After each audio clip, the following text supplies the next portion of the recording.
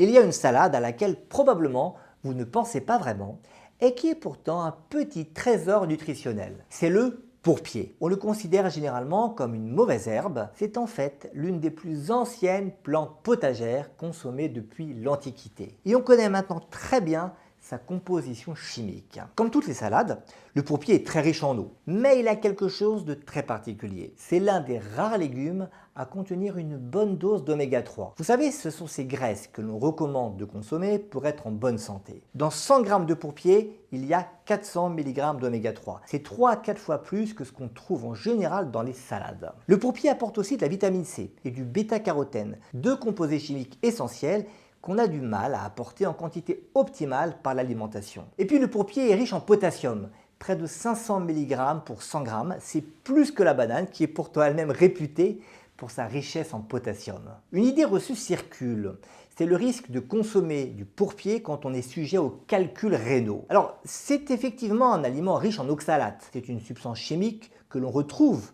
dans certains calculs de l'appareil urinaire. Mais en réalité, si vous consommez au quotidien suffisamment de calcium et que vous avez suffisamment de vitamine D, l'oxalate qui provient de l'alimentation, notamment du pourpier, est bloqué dans le tube digestif et il ne provoquera pas de calcul dans les reins.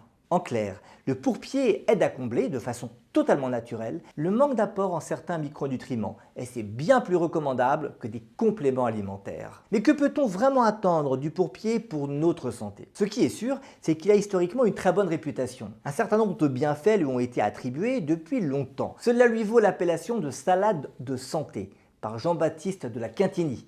C'est le jardinier de Louis XI. On dit souvent que le pourpier est un excellent remède pour les pathologies digestives et contre les hémorroïdes. Honnêtement, on manque aujourd'hui de véritables études cliniques pour affirmer les bienfaits de cette salade. Peut-elle réellement soigner ou prévenir des maladies comme le diabète, comme l'infarctus du myocarde ou certains cancers?